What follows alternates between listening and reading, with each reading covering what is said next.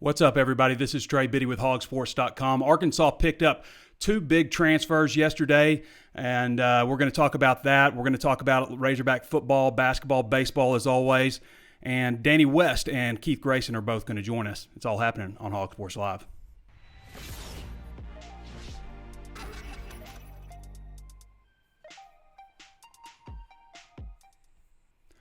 Well, Arkansas picking up a couple of key transfers. Connor Vanover was the first to go off at 10 a.m. yesterday, which was the final day of the regular signing period, 7'3", 225 out of Cal. And then later, Arkansas picked up Isaiah Moss, really a lot later, it was sometime in the evening, around 7:30 or so, transfer out of Iowa. We're going to bring in Danny West first here. Danny, how you doing, brother? What's up, man? I'm doing well. All right, Danny's going to join us to talk a little bit about recruiting and stuff, and we're also going to have Keith Grayson join us. Keith, how you doing, brother? Pretty good. Sorry if y'all hear straight pipes in the background. I'm heading to pick up some materials for construction, and I'm definitely the alpha male of the three of us right now. There is some research that shows there are no alpha males, actually. That's not a real thing, by the way, Keith. Keep up with your science, bro.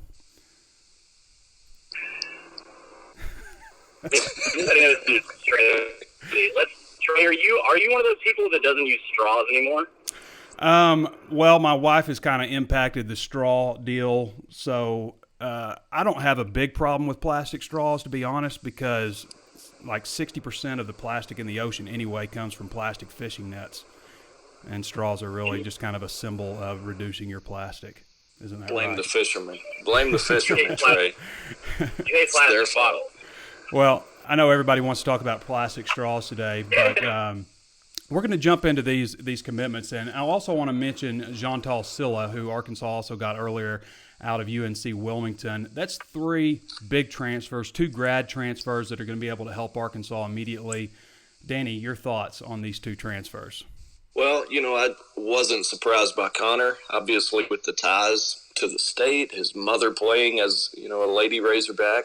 Can we still say that? Because they were Lady Razorbacks at the time. But, I thought that one made sense. You needed some more size, and he's a guy that can step back and shoot it a little bit. Made 9 of 18 three-pointers in his last three games. That's pretty rare for a 7'3" guy. But the one that surprised me was Isaiah Moss. I just felt like once he left here and took that trip to KU. Matter of fact, yesterday my wife asked me, she was like, "Are you okay to go to dinner tonight?" I was like, "Yeah, there's a kid who's supposed to be deciding between like Arkansas and Kansas." Yep. And she was like, "Oh, well, you're good then." Of course, she's a Jayhawk. Yeah. So she was like, "Yeah, you can go to dinner." And sure enough, we walk into the restaurant and this guy commits and he has chosen Arkansas. So that one surprised me a little bit. That was a really big one there. Immediately eligible. You got a veteran guy who can score it, so I thought that was probably the biggest news yet from us. Keith, what's the fan take on these two pickups? Arkansas going to the NCAA tournament with these guys? And by that I mean Cylla mostly and Isaiah Moss, because Vanover most likely not going to be eligible next year. Right, the Vanover deal. I know Musselman doesn't play zone defense at all. He plays man-to-man straight up, so I know that he may be a liability there, so that's my first take on that, and I don't see the need for a 7-foot three-point specialist, but, the home state hero to come back, I always like it when kids from Arkansas get to live out the dream, so I'm not gonna razz on him, and I hope he has, a really good career there, but I don't know much about the grad transfers, to be honest, but it looks like it's playing out exactly how Musselman has described in his he's done some interviews recently where he said, like, the perfect blend is a one-and-done type player, and Kyrie Walker, that's who everybody's got their eye on for this year, and then a blend of grad transfers and a sit-out transfer. So that's exactly what's happened, except without the high school prospect yet. I want to remind everybody to like, share, follow, comment if you haven't already. Give us that thumbs up. If you're listening on podcast, be sure to throw us 5 stars and throw us a review. It helps us get our message out there. Plenty of ways to listen: Apple Podcasts, Spotify, Stitcher, and you can also watch on Facebook Live, YouTube, and it's always on hogsports.com, which, by the way, is $1 for your first month or 30% off for your first year with a 7-day free trial right now. So just to go over these guys real quick with Jeantal Cylla, and it's Jeantal Cylla, although he accepts Jeantal in United States pronunciation, but not Jeantal. Jean or How does Jean. Rainwater say it? He's tried it a few different ways. Randy gives it his best shot. Some of these names are tough these days, but Cylla averaged 13.7 points per game, was an 84.8% free throw shooter, and 31.1% from downtown. Not a great three-point shooter, but decent, and a guy that can go inside and out. And I'll tell you something that I like about Moss is, he's 42.1% from three-point range, but he's probably their best finisher around the basket also last year at Iowa, especially like on the fast break. And I'll read a little bit from the Iowa Publisher about what he said about him. But 9.2 points, started all 35 games, scored 16 points in the last one. And then, of course, Vanover, who I like the idea of a 7'3" three-point shooter. I mean, who's blocking that? I mean, he's pretty much open always from beyond the arc. 66.7% from three-point range, a guy that really picked it up towards the end of the year last year as he was inserted in the starting lineup. The 7.5 points, 3 rebounds don't really do justice just based on how he finished things out. He had like 24 points against Stanford and 5 of 6 three-pointers in that game or something in the last regular season game. So I like what he's doing. And I think you make a good point, Keith, that, with putting a team together this day and age to explore the transfer market with guys that might sit one, that are maybe trying to move up from, a school that's not as prominent as like Arkansas or something, or just looking for a change of pace, then hitting the high school ranks or even junior colleges and, just kind of building your roster like that. If you're ranking them right now, is Cylla a 3-star, high 3-star, Moss is a 4-star? I mean, if they could go back and re-rank the transfers. Yeah. And they talked about that. That's what I'd go with. I think 4-star for Moss. Yeah, I think I would go with a 4-star for Moss and probably a 3-star for the other guys. I mean, let's be honest. They didn't go out and get 3 superstars. They went out and got 3 solid players. And if Musselman is true in saying when he arrived that with the talent that they had in that room that they could make it to the NCAA tournament, then you got to think that the odds are drastically increased with these guys. I think it was interesting, though, Trey. I think it was John Rothstein, maybe. Don't quote me on that. But somebody yesterday said what Eric Musselman is doing right now, he's got all the perimeter play in the world, but he still needs somebody that can pull down a rebound. And so, Connor Vanover, I mean, you think 7'3", and of course he can do all the things that you would expect from a 7'3" guy. He can block shots and rebound.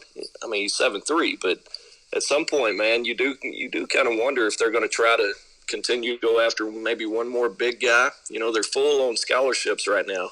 They're at 13 for this year's roster. That could still change, though. There's a couple of guys on the roster right now that, we'll see. We'll see if they make a decision or what happens there. So Khalil Garland obviously being one of those. I want to mention what David Eichholt told me. He's at a Hawkeye Insider on the 24/7 Sports Network. This is what he said. The biggest skill that Moss brings to the table is the ability to create his own offense. When you look at the Hawkeye offense, there aren't many guys who can take defenders off the dribble. There was a reason that when the shot clock ran down that the Hawkeyes would look for Moss so he could get off a shot. The 6'5" guard out of Chicago has a smooth game. He looks comfortable on the court, and everything is fluid. The other thing about Moss's offensive game is his ability to score in transition. He was without a doubt Iowa's best scorer on the fast break. He has soft hands and never panics on the break. It's where he's most comfortable at, and he's capable of finishing with either hand. He can also break down defenders off the dribble and get to the rim. And I'll say another thing, guys, that I like about these players is that you have players that not only get to the line but knock down their free throws, and that's something that Arkansas really struggled with last year also. The real interesting thing for me to watch in all is Mike Anderson, really what got him in the end was roster management. And Musselman has been the GM of a CBA team and has gone through drafts and built teams. So it's really interesting to see how he has come in and completely, I mean, like you say, like Chad Morris flipped the roster. He's doing the same thing. You got to do that in today's day and age of basketball and college athletics. And like, he's just come in and completely, he's got a plan. And and that ultimately what got Mike canned was he didn't really have a plan for this year. And Musselman obviously has something going on. Mm-hmm. Keith, how was your trip to Fayetteville over the last weekend? Glad we got to run into you. It was pretty tame. Yeah, you find out who your friends are when you come back to town. You did come in on Mother's Day weekend. Mother's Day weekend. Yeah, okay. It wasn't Father's Day. What's your excuse? Well, I don't know how that whole thing works, by the way. Good point.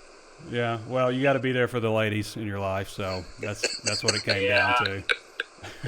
I mean, you were down technically for Mother's Day, right? No.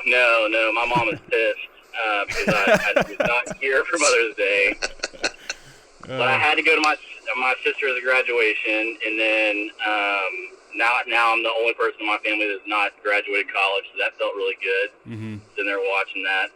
And then, I got in some baseball games. I had great seats through Tulsa, got me awesome seats for game 1, right on the dugout, and then didn't go to game 2, went to game 3, and Mr. Razorback and I, a poster from the board, did a little game I like to call seat fishing. And so he scopes them out through his phone, and then we watch them for about 3 or 4 innings, and then go and we used the unused seats. Yeah. So it got a little sketchy because there was 8 empty seats in the second row, and about the 6th inning, people started piling in, and they were like, "You're in my seat, you're in my seat," and we kept on having to move down, and I thought we were going to get caught and escorted out of the game, but how do you know they weren't doing the same thing though? I mean, they came in and announced. They announced. I kind of got a tip from this because I'm just going to act as if I'm going to come in and just announce, like, I'm in seat 11 and 12, like right when I get to the row, because that's what they did, and it really scared the hell out of me. We're planning on doing the same thing in Omaha. Danny, what do you think about do we have the middle relief pitching to get back? Well, they better go undefeated. And, the regional, you would have to go 3-0, in my opinion, to feel really good about it. And then, of course, you'd have to turn around and do that again in the super regional. So, like I told guys, I think it's RJ and Trey maybe a month or 2 ago. But, I mean, once you start getting into the games 4 and 5, I mean, I thought it's probably going to get a little bit sketchy for you. So, to answer your question, I do think they can, but they're going to have to – they need to take care of business early in these postseason series. Danny, by the way, I don't know if I mentioned to you, but Pete's going to the Avett Brothers on Saturday, so you have to cover the baseball game. Yay! I appreciate you breaking that down to me on a Thursday. I thought I'd mention awesome. The Avett Brothers, what do they think? Keith's probably familiar. Man, I couldn't tell you the name of their song, but they're kind of folksy. It's not really Pete's age group though. That it would be like a lot of people my age and Keith's great age. I think it would be at that. Like Peter, Paul, and Mary. So like 55. 55 and up. Don't put that on me yet. I think I could still it's pass a really for my old 30s. band. Yeah. Oh, hey, I ran into Malik Monk in the airport on the way out. How did this interaction? How was this? So I went up to him and I told him, "Hey, I know who you are." He got I'm terrible at introductions, and as much of a social butterfly as people think that I may be in person, I'm extremely awkward. I'm better in this setting than I am in person. Mm-hmm. So he took a step back because I probably looked like I was haggard, and there was something just exploded on the road. So I asked him if he would like a book, if I would give him one. So I gave him a book on how to build a real estate empire, and I said, "You have an obligation to come back and do this in Arkansas because you can hit the lottery." Mm-hmm. He said he'd read it. Well, so you had a business proposal for him. All I'm doing is educating the youth of the NBA. That's my goal in life. All right. That book is still in the airport, Trey. I promise you. In the trash can. Yup. He was reading it in the line, but anyway, that's my Fayetteville story. I always have some random thing happen to me every time I go back. So, Danny, what's going on in recruiting right now? Is there any opportunities for like the Grayer kid, or the Grayer young man, I should say, is a senior transfer? But is there any opportunity for him and anything on the horizon in football? Well, like we talked about, I mean, right now they're full on scholarship, so somebody would have to. I think you mentioned Khalil. Obviously, he's third-year sophomore, hasn't played yet. Hasn't even been cleared to play yet, we should say. So something could happen there. You never know. Maybe one of these other guys decide to move on and open up another scholarship for you. So until that happens, you really don't have any room for that. But, as far as football, I think we talked about Savion Williams earlier this week, did we? The newest commitment. Did we touch on Savion? Yeah, I'm not sure. I don't know if we did, but he deserves to be. Let's talk about him. I mean, we'll go about 4 or 5 more minutes here. So let's see what you got to say about Savion. Really athletic, big guy, 6'4", 195. Kind of reminds you of TQ Jackson. Just in terms of his size and the fact that he's another East Texas guy. Probably not the same type of speed as a TQ in my opinion, but he's definitely not a slow guy. So, that gives you 7 commitments for the football class, 4 of them from Texas, 3 of them are wide receivers. So, that's pretty much where they're at this point. They are going to wait until June 12th through the 14th to bring in any more official visitors. So it's kind of a slower time. They're going to do their first camp June 1st, so a couple of weeks out there, and that's pretty much where it's at this point as far as the football recruiting. It's crazy, Danny, how things are sneaking up on us. It's camp season here right around the corner. I just got a notification either today or yesterday. I signed up today, but for SEC Media Days, I just got registered and got my hotel right before we came on for that. So I mean, right when you think it's... By the way, tight end prospect, Brandon Frazier, a guy that I think we've all felt really good about with Arkansas's chances. Guess who offered him yesterday? Alabama came in and offered. So seems like that's a trend, for a lot of guys. I wonder how Gabe Brooks feels about his crystal ball pick that he made. I hated that. Right before I hated that for Gabe. He did it like a few hours before. So Gabe Brooks, our Midlands recruiting analyst, put a crystal ball pick in for Brandon. I want to say Brendan Fraser, the actor, Brandon Fraser. Well, that's who pops up every time you search for him on Google. I'm like, no, it's like, did you mean Brendan Fraser? Yeah.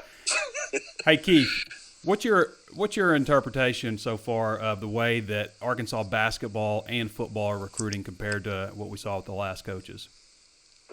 Well, I kind of touched on it in the podcast you guys deleted that never made it to air, that I had some aspirations to be a head coach at one time, right? And I wanted to be a college head coach, but I don't have a college degree, so that's already out. But if the Arkansas job was ever offered to me, I wouldn't take it because it's too difficult. And I don't have the energy like these other guys. Musselman and Morris have, it's like I mentioned in the last episode, the effort level is what you see that if this doesn't work, I'm not sure what will. I was thinking that same thing yesterday. Point, it's like, Keith. if these guys aren't getting it done, I don't know if anybody's ever going to get it done. That's scary, exactly. isn't it? Yeah. Exactly. So that's what I think is an overall deal. From the recruiting perspective, I think he's got the modern day, whatever this environment is in basketball right now, he's got a formula for that's going to work. And it's been proven at Nevada what he did at a smaller school, and I think it's going to work here. However, the deal with Morris is it's all dependent. That record this year is imperative to get up and to a certain level so we can stop striking out on some guys. I'm really concerned about defensive back recruiting right now. They swung for the fences on everybody, and it looks like LSU, A&M, Alabama, all these in Oregon are going to take us out on a bunch of players. So I don't know what's going on. And Mark Smith's one of our best recruiters. I don't know how they're going to get over the fact that we're going to get beat out by these other programs consistently. Because last year we were all like impressed, like, oh man, we really nailed some people on their first way in, on their initial offer. And this year it seems like, oh, we're back to kind of identifying guys early and getting beaten out. Well, here's what you have to consider too, Keith, is this time last year, Devin Bush had cut Arkansas, and they kept churning away and kept working at it. They do need to have a big defensive back class. They need to sign probably 5 nickel cornerback types in this class. And I mean, when you look at it overall, they've got some talent back there, but they're thin and they're very young in the secondary. So When I look at this football team, I see an offense that should take big steps forward, even though the defense dominated in the spring. With the defense, you just have to stay healthy. You have to find some guys like an Andrew Parker has to step up. You got to find some depth here with these younger guys, because I could see a situation where you get a sense that the defense is playing really well, and then as the season progresses, they get worse and worse and worse as you lose players to injury and fatigue and all those things from playing players too many snaps sets in. So I thought there was an interesting article recently about predicting the SEC teams' first losses, and they predicted Ole Miss as Arkansas's first loss. And as we talked about, that's a key game, not only for trying to get back to a bowl game. If you win that Ole Miss game, you should win your 4 non-conference. So you're at 5 games right there. But also it's week 2, so from a recruiting standpoint, you're recruiting off a 2-10 season and might have the opportunity to, show some people that you're taking a step in the right directions. All right, guys, any final words before we call this thing? Well, I'd just like to say sorry if anybody just heard my daughter walk into the room and yell boo at me. She had Easter bunny rabbit ears on, and I think she forgot I was doing this show, so I apologize on her behalf. Well, thank you for apologizing. Tell her that's inexcusable. It was so offensive of her. Yeah. I can't believe she did that. Unbelievable. You'd expect more maturity out of a 3.5-year-old. Yeah. Keith. I don't have much. You got me too early in the morning. I haven't even had like 3 sips of coffee yet, so I don't feel very funny right now. Okay, well, I'm not a morning person. I thought you were hilarious. All right, everybody, I want to thank Danny and Keith for joining us. Remember, real quick here, there's several ways to pay attention to this show. You can watch us on Facebook Live like you're doing now, YouTube, Apple Podcasts, Spotify, Stitcher. Be sure to like, share, follow, comment. If you haven't done so already, we like to get that thumbs up, but only if you want to. If you don't like the show, then don't throw us a thumbs up. If you're listening on podcast, be sure to throw us 5 stars and rate the show. All right, for Danny, Keith, this has been Trey Biddy with hogsports.com, and we'll catch you next time.